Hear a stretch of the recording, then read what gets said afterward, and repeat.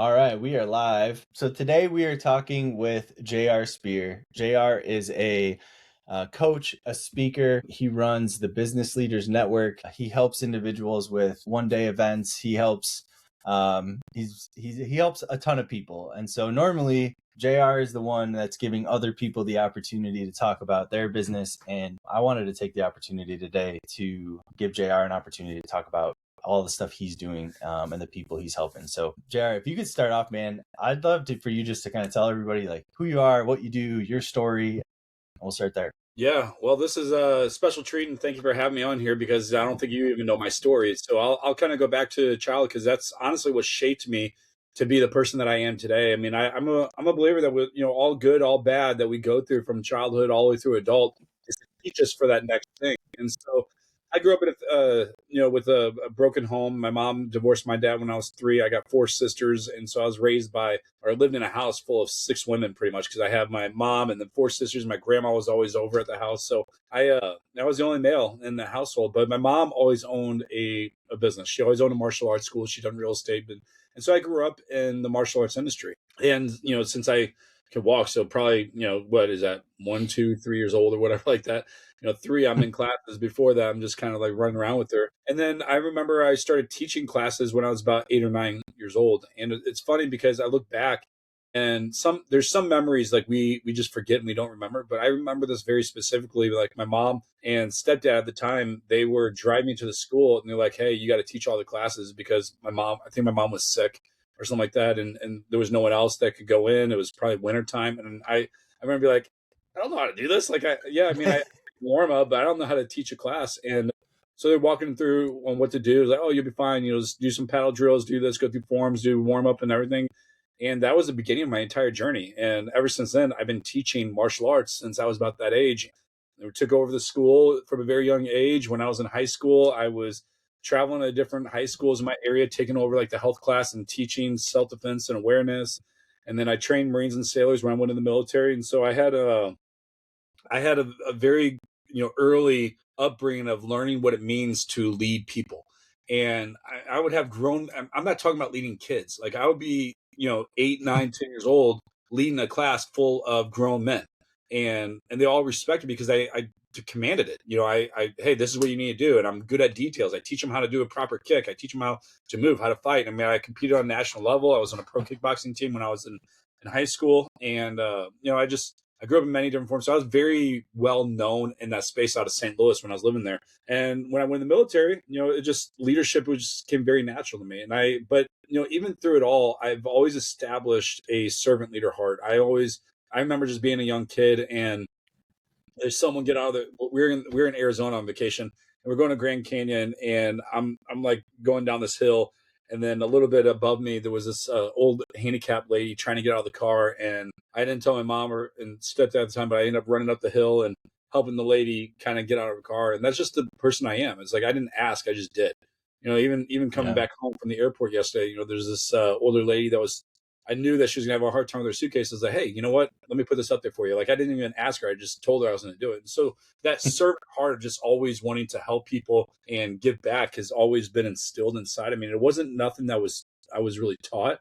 It was just something Yeah. that I did because I just always had this the spirit of giving. And so that was the shape of who I am, and kind of growing up. And I went through rebellious stages when I was in high school and just being stupid and doing dumb things and stuff like that. And that's kind of what took me to the military. And I remember my grandmother. She well, first off, I ended up getting fired from a job. I ended up getting arrested for dumb things and losing my license, and so I couldn't drive and stuff like that. And so I didn't have any money, but I needed to pay off all these this court fees and the bond that and stuff that I had.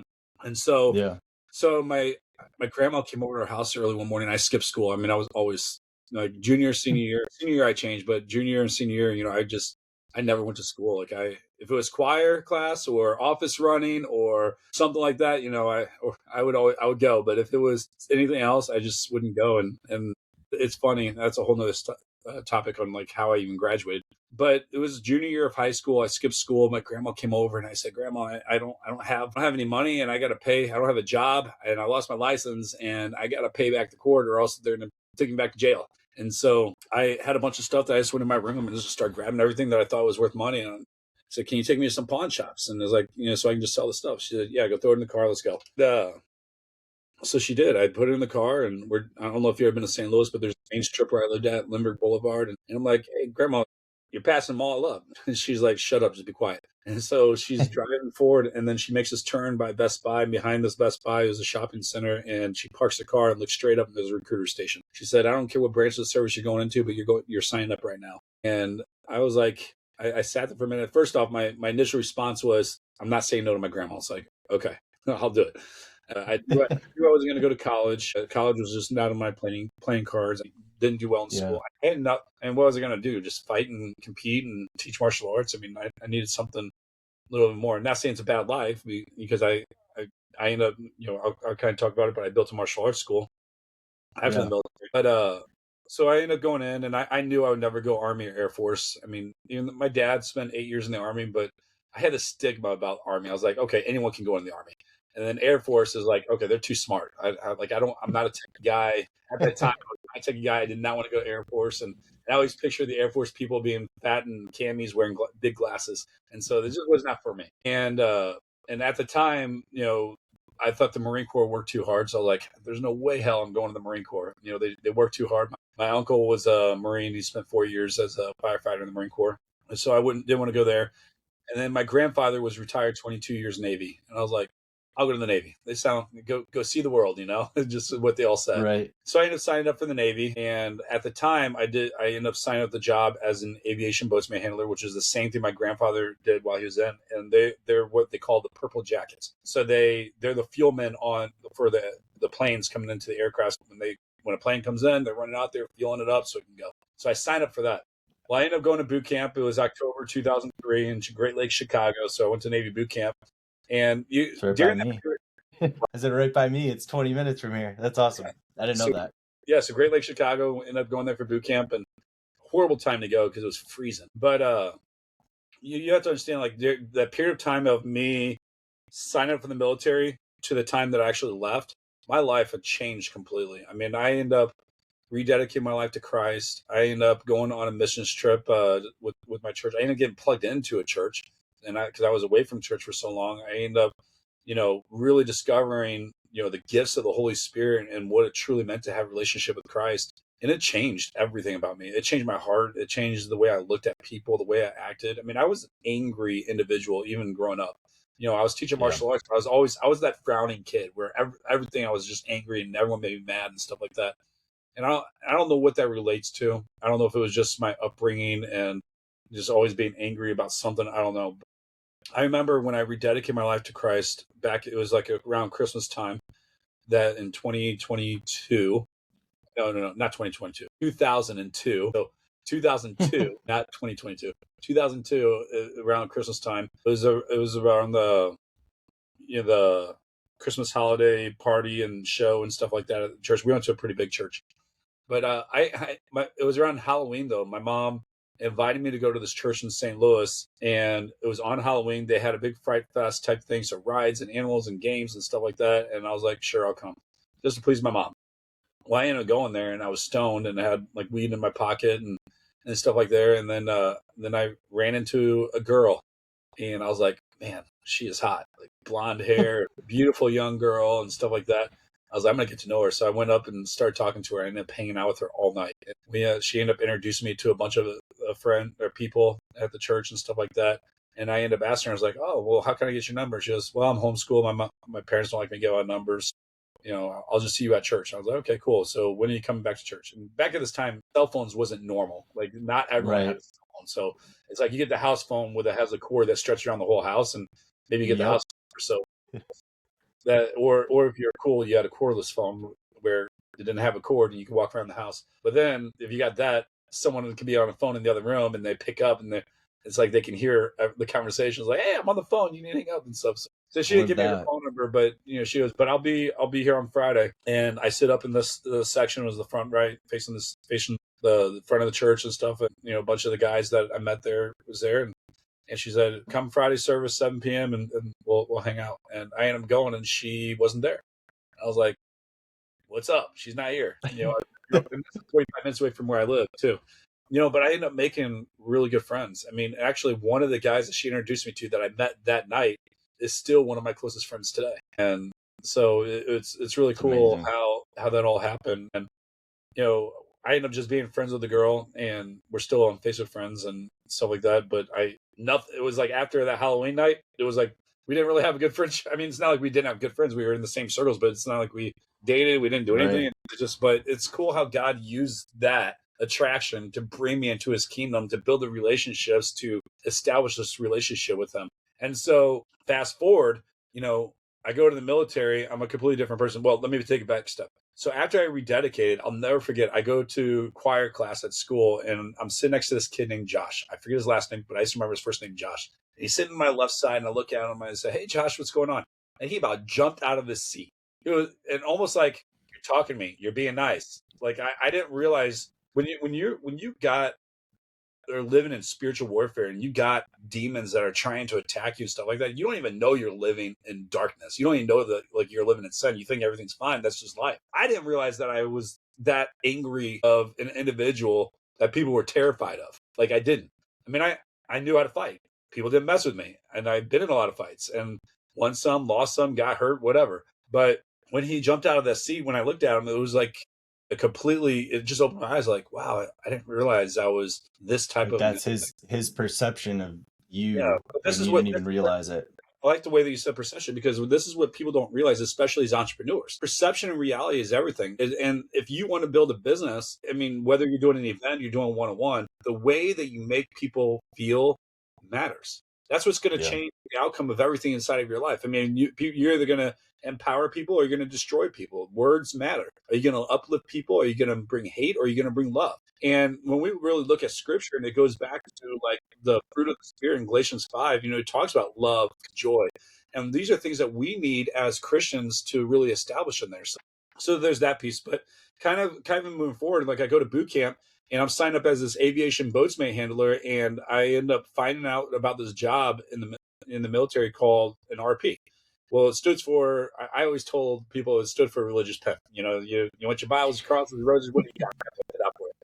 And it was really intriguing because you know here I've established a strong relationship with Christ, but more from evangelical disciple and just hungry for leading people to the Lord, and that fire is still in me today, where it's like a huge part of who I am as a worship leader and as a Christian. And I tried to like really show the love of Christ through the person that I am without trying to pound it on people. It's like, you got to know the Lord. It's like, no, I mean, Jesus didn't hang out with the good. He hung out with the bad. And, you know, he showed that love, and that's how we need to do it. And as Yeah. entrepreneurs and as Christians, that's what we do. So I found out about this job as an RP, and this is why I'm bringing this up, because God has a massive sense of humor. Like we can have a plan, but God decides, you know.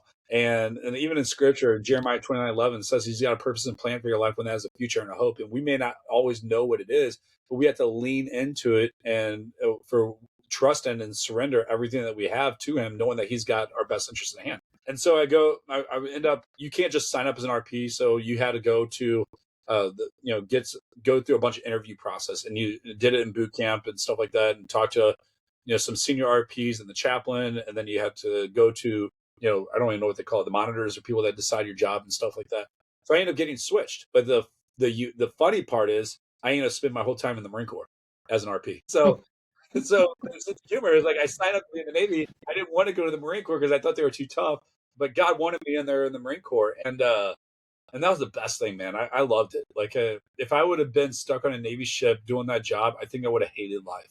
And I'd gone through a lot. You know, I had good leadership. I had bad leadership. I had every intention of retiring out of the military.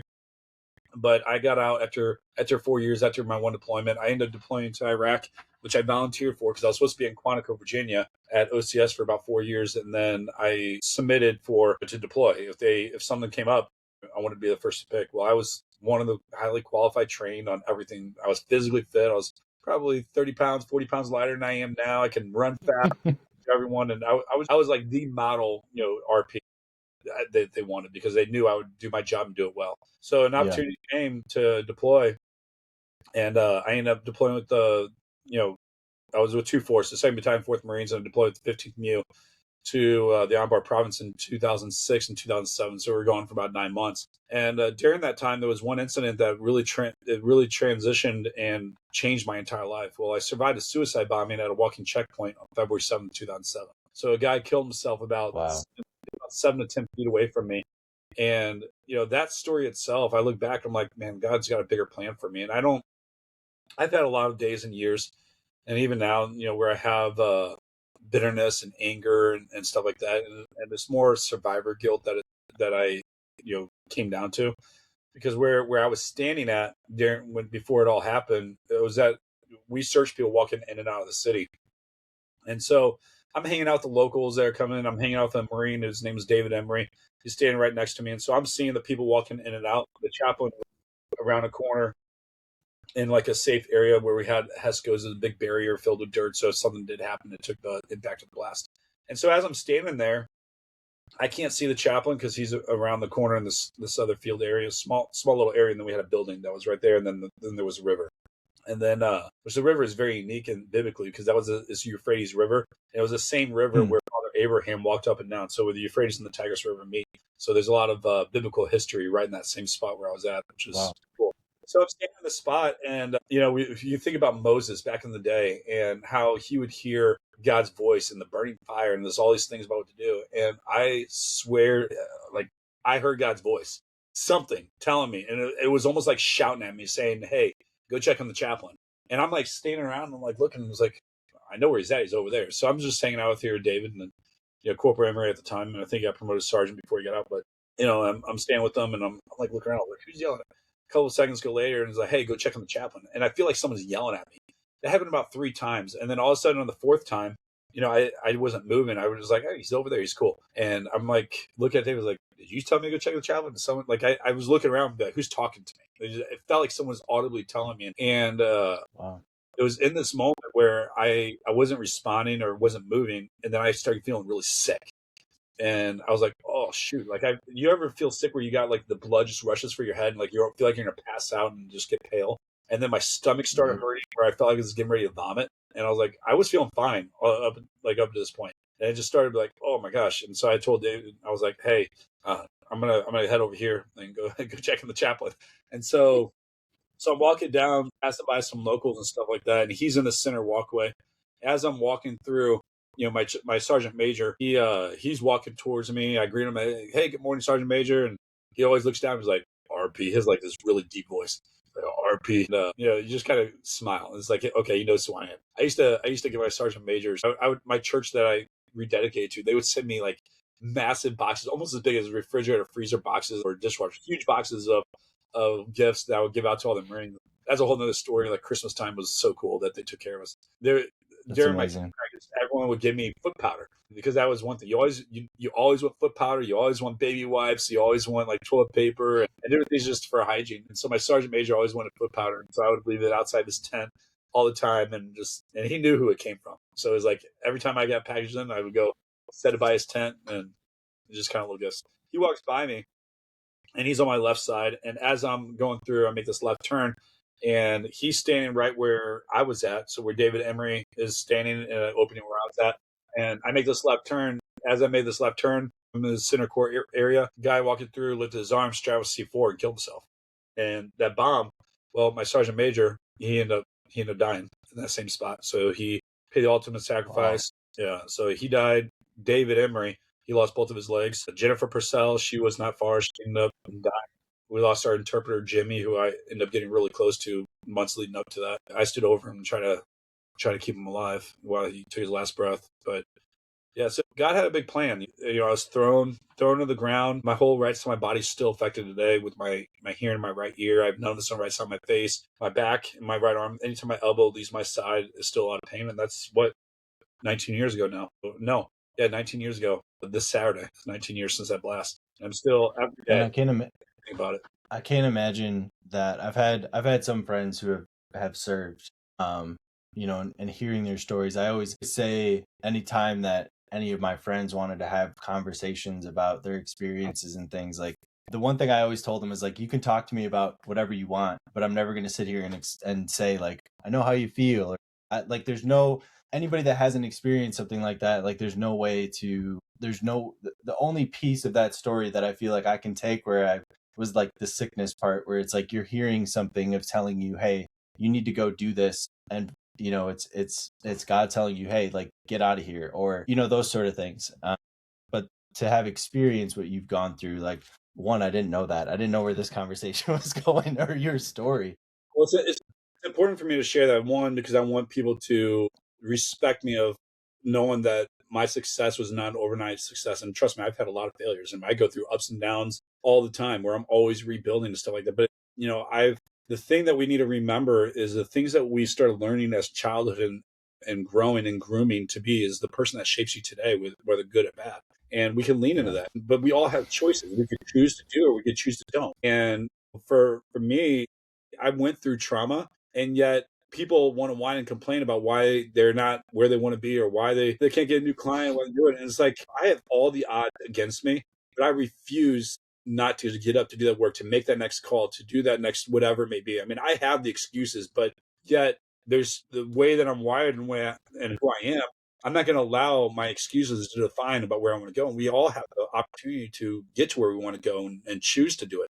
It's just most people Right. don't. So taking that story is like, it took me, I went through massive depression for many years, and there's still times I had a moment even last week. It's just because thinking about February 7th coming up this week, where I just, I'm like in the bathroom getting ready for the day and looking in the mirror, and I just was bawling. I was like, man, for no reason at all. I was like, why am I crying? Things happen. So I mean, even though it's coming up to 19th anniversary, it took me probably, I don't know, maybe 15 years before I even shared with anyone. And the first time I ever shared it on a stage, I lost it. Like I was up there and I just kind of, I was shaking and I couldn't do it. And it was hard because I was one of those people that just kind of kept everything. And because no one can I relate. think that's Like they just can't relate. And yeah. I wanted to share. Sometimes when you go through stuff, you don't need somebody to maybe even relate to what you've gone through, because it's unless you've dealt in that situation. To me, it was always just like, hey, I'm here to listen. You know what I mean? Or like sometimes you just need that, especially as a man. And I'll say that too, is like it's you just bottle stuff up, right? And so it's easier to bottle stuff up instead of burdening somebody else with the things that you're dealing with. And like that's not good. You know what I mean? That was always kind of the route I took, is like trying to allow that space of like, hey, I'll never understand what you've gone through, but if you got to get it off your chest, we can talk. You know what I mean? And so I think that that's super important. That's part of emotional intelligence. I mean, our mission at Business Leaders Network is to really build a community of emotionally intelligent servant leaders. And the first two parts when it comes to emotional intelligence is, one is self-awareness. The second thing is self-regulation. And so good on you for being aware of what you're going through and what you can and cannot do, because most people don't. They assume that they can relate to it. They assume like, oh, you know what, why don't they just suck it up or whatever? That was so long ago. But then you have to learn how to regulate your emotions, your feelings, and even the things that you say. So there's all that. But kind of moving Big time. forward, that happened February 7th of '07. We got back from deployment May 31st of that year. I got out in the military July 10th of that year. And then I moved back to St. Louis. Didn't know what I want to do with my life. And I thought really hard about re-enlisting and staying in, but my my girlfriend at the time, we were together for quite a while. She was living in Virginia. And so when I deployed, we didn't even talk for almost a year. And I want to have family with her. So I was like, do I want a family? Do I want kids? Or do I want to stay in the military and make a career out of it? And so to me, I really felt like God was pushing me in that direction. And I have a lot of, not a lot, but there are times where I regret and I feel guilty. It's like, man, I just wanted to stay in. And I would have been retired like 3 years ago if I stayed in. And it's like, all these different things definitely provided for me. So I moved back to St. Louis, didn't know what I want to do. And so I stuck to my roots, and I started a martial arts school, built that up, sold it after a few years. And then I built a fitness business called PowerFit Bootcamp, and eventually launched that into 4 different cities and had more than 40, 50 locations that we offer classes at a time. And, I think I had like 25, 30 instructors that worked for me at once. And that really showed me a lot. So did that for just under a decade until we moved to Virginia. And then 2016, I started business coaching and consulting, working with small business owners. But throughout that period, even when I had my fitness business, I really, this is something that entrepreneurs need to understand too, is we need to, one, always, if you want to make more money, you want to do more in life, you first have to fix your belief. And everything about your belief and your mindset and who you are. I hate the word mindset, but it's a big piece of your belief of who you are and your worth and know what you do. You first have to have the belief. The second thing is you got to always evolve and grow your skill set. And so I knew for me, like during that time, I finished my degree. I have a bachelor's degree in business, and I knew how to sell memberships. I knew how to sell martial arts. I knew how to sell fitness. But there's so much more I didn't know. It's like I didn't even know anything about B2B sales. I didn't know anything about government sales. I didn't. I only saw one side of this. And so Yeah. one of my clients, when I had my fitness business, her husband is like top sales guy for selling forklifts out of St. Louis. And one of his vendors was looking for someone. And I was like, well, this is my first baby, but I didn't have anything to do in the day because I had very self-sufficient. I had early morning classes and afternoon classes, and then I do my marketing on the weekends to draw more people through my one-day events mastery program. So the same process that I teach people how to do is what I did there. But I ended up selling forklift batteries. Did that for a couple of years. Then I transitioned to selling forklift chargers, and then I ended up selling forklifts and racking and lighting and dock doors. And what that taught me was a whole different side of sales and relationship sales, B2B sales, government sales, contracting, everything you can imagine. So it increased my skill level for what I'm able to do. And because since I Right. increased the skill level, now I can help more people. I can relate to more people. I can offer actual relatable knowledge and just saying, oh, I read a book one day, or this is how you should do it. It's like, I know how to do that because I've done it. And I've done it for like, what is it, 10 plus years that I was in that industry and loved it. Right. And I didn't walk away from it because I didn't like it. I walked away from it because I just couldn't manage to build my own business and that because it's, I got to a point where I was making more money in 1 month than I was a whole year with that company. I was like, it just didn't make sense. And my family was growing and everything else. And so with that, when I started business coaching and consulting, I was only working with personal trainers and wellness coaches. And then eventually it broke out where I had a junk removal guy that asked me. I have attorneys that ask me for help. I have dog walkers that ask me for help, marketers, agency owners, my whole wide range. Because when you understand business, you know how to create your foundations. Who's your target audience? What's your big problems you solve? What's what I call your big problem? What's your big seven? And then how to create offers and then generating that traffic and then how to actually close the deal. I just got so good at it that I helped a lot of people. And then over the time, the past few years, I was like, what's working for me that I'm not teaching as a main offer? And that evolved to Business Leaders Network. One thing I love doing is connecting people. And I talked about this with you. It doesn't matter Yep. if you show up and you do it, but you're part of the network and a community and a family that want to support you through the good, the bad. And when you're slow, now you got people that want to arm with you. When you're busy, it's like we'll held back, but we're still here. And so you got that Right. community. I love connecting people, but then I also love coaching people on how to leverage micro in-person experiences to start growing, scale their businesses, because that's how I built every one of them. I hosted my very first Yeah. event in 2008 when I had my martial arts school, hired a coach, walked me through on what to do, and I closed $270,000 from that one event. And when I built my fitness business, that's the only way that I grew was doing events every month. It started out doing quarterly, then I started doing it monthly, and that's the only way that I grew. I leveraged the referrals of my clients that brought them to an experience, then I closed them on a program, and I just duplicated that process over and over and over again. And it's no different you could do this in every single industry. It's just most people don't want to do the hard work that it takes and they end up quitting, or they don't take enough time to present their offer at the event, or they don't follow up at their event, so they don't close any deals. And it's like, I've had a lot of events I didn't close anything. I have a lot of events where I closed six figures, many events from one day. Yeah. And it's just you just can't quit. But to me, it's the fastest way to shrink the sales cycle, to gain trust. I do want to say too, the theme that I've had, like having more and more of these conversations with business owners, is like, I think the in-person thing, the event and all of that, when COVID happened, everybody got real comfortable behind a Zoom, right? Which is great because like, we're across the country and we can do this, which is awesome, right? Like there's definitely advantages to that. Yeah. But what I see is like that human connection piece, right? Like I just spoke with Annie last week, and she's a keynote speaker, and like her biggest thing is like that human connection, right? And so like I think that's the other part too, is like the events that you help people do, not just the network, right, which is great, but like that aspect of things, people have really gotten away from that. And it's like, you don't have to throw these massive 500 person events to get 30 things out people of are it. less team member. Well, I was routing in because I wanted you to talk about your philosophy a little bit more specifically. But I think that the human connection part of that, like, has gotten really lost. Like, we've gotten comfortable just sitting behind our computer, and it's like, yeah, you can create really good friendships and connections, but that human connection in person, I think, is so important, right? Especially in a service-based business. Like, if you're working with other business owners, or you're working from a service perspective, and you're not just selling a widget, right?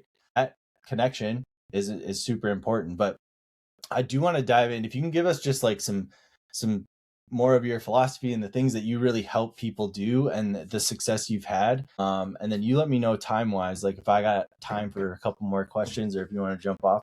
I'd love for you to really hone in on that, because I think what you're doing and helping people do specifically there is awesome. Yeah. So when it comes to micro 1 day events, is like I started thinking about like what is how can we, why are people not hosting events? So there's two different people that I come across all the time. You got the individual that they hear that they need to do in-person events and do exposure, but they never actually do it, because they always say, oh, well, I plan on doing one this year, or I plan on doing it someday, or whatever. They never take action on it because they're scared. They don't know where to get started. What if I end up losing money? What if no one shows up? What if, like, all these different things? And then I get the other individual. It's like they're hosting events. It's like, okay, hosting events is not hard.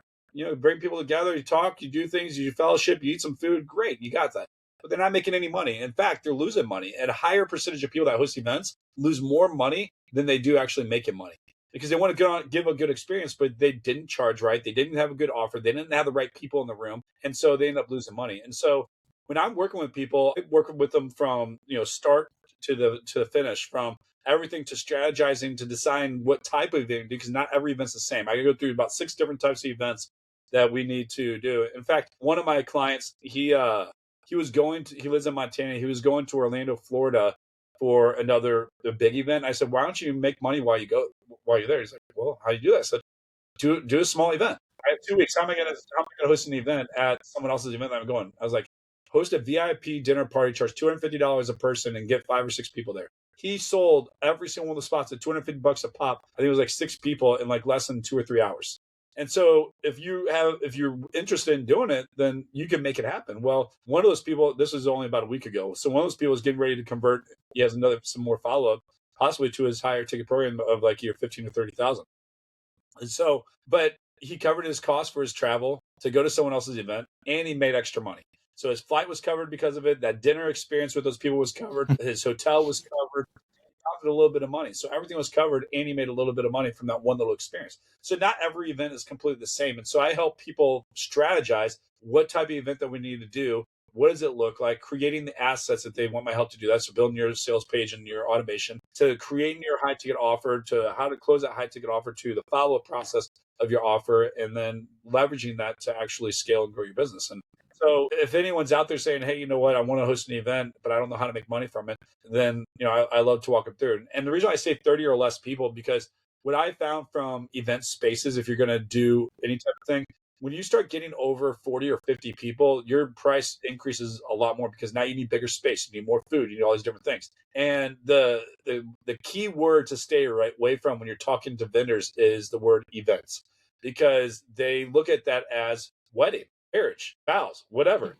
And it's like a wedding, your price goes from $2,000 to $20,000, and so when you use the word event, Right. it goes from $2,000 to $20,000, and so you gotta be strategic on that. Most of my clients, we can do a really great event with $1,500 or less. So we're 30 people or less allows you to have a comfortable space, keep it more intimate for what you do, and you don't need a crazy space. You can use a library, for goodness sake. You can do it outside. You could use a warehouse. You can use a church. You could use it at so many different places that doesn't even cost you anything, and you can probably negotiate the space for free.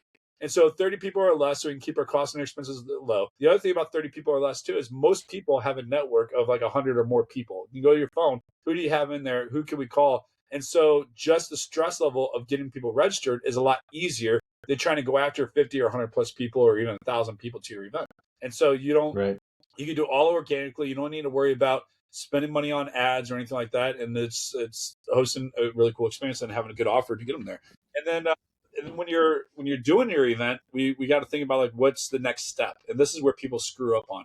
what's the next step offer is what I say. It's like we have to create an experience that complements the next step offer that leads them to where they're going to go. So I work with all my clients. I'm like, okay, let's create a good experience, but let's talk about the next step offer. And you'll be really shocked.